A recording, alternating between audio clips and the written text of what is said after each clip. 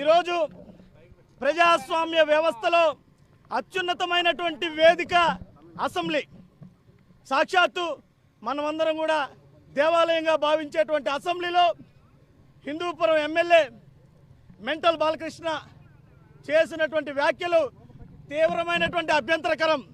మరి గతంలో బాలకృష్ణ గారి సినిమాలకి సీఎం గారిని కలుస్తానంటే బాలకృష్ణ గారు అంతటి వ్యక్తి మనల్ని కలిసి మాట్లాడడం వారి హుందాతనానికి భంగం కలుగుతుంది.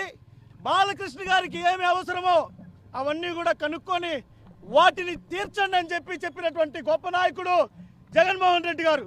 మరి అలాంటిది ఈరోజు అసెంబ్లీలో వింత వేషధారణతో, విచిత్రమైనటువంటి వేషధారణతో ఒక మానసిక రోగి అయినటువంటి బాలకృష్ణ జగన్మోహన్ రెడ్డి గారిని ఉద్దేశిస్తూ సైకో అని మాట్లాడడం ఎంతవరకు సమంజసం?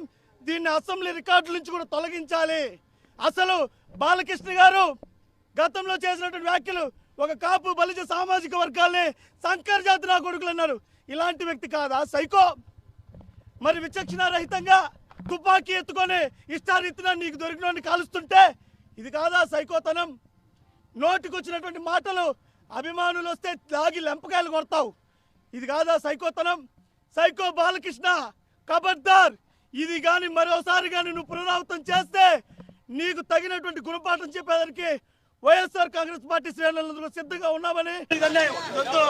సార్ దయచేసి మేము మా యొక్క నిరసన వ్యక్తం చేసుకునేదానికి కూడా మమ్మల్ని ఇది అన్యాయం సార్, అన్యాయం సార్ ఉంది సార్. మళ్ళా మా నిరసన వ్యక్తం చేసి దయచేసి ఇది అన్యాయం సార్.